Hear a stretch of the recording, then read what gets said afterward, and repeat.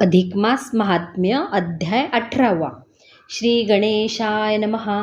लक्ष्मीने विष्णूला विचारले, अधिक मासात 5 पर्वकाळ येतात असे मी ऐकले होते. ते 5 पर्वकाळ कोणते? त्यात कोणते नियम पाळावेत? त्यांचे फल काय मिळते? तेव्हा विष्णू म्हणाला, प्रिये, अधिक मासात जी 5 पर्वे येतात ती अशी: वैधृती, व्यतिपात, पौर्णिमा, अमावस्या आणि द्वादशी असे दिवस असतील ते वेळी पर्वकाळ समजावा.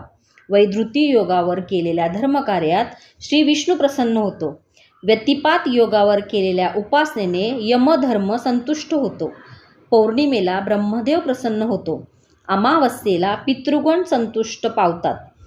द्वादशीत व्रत केल्याने पुरुषोत्तम देव प्रसन्न होतो. वैधृती योगावर स्नान, होम, दान करणारा सर्व इष्ट मिळवितो. या योगाने प्रल्हादाला इंद्रतुल्य वैभव मिळाले. देवत्व देणारा हा योग आहे असे म्हणून विष्णूने अधिक मासात वैधृती योगावर स्नान, दान, यजन केल्यास काय काय लाभ होतात ते सांगितले. व्यतिपात योगावर सुवर्णदानाचे फल सांगितले. तपाचे फल सांगितले. 13 फळे द्यावीत असे सांगितले. सर्व पापे नष्ट होतात असे फल सांगितले. तीळ, धान्ये आदी दानांचे पुण्यफल सांगितले. पौर्णिमेला दैविक कर्मे करावीत. स्नानदानादी कर्मे करावीत. त्याने पापनाश होतो व पुण्य वाढते.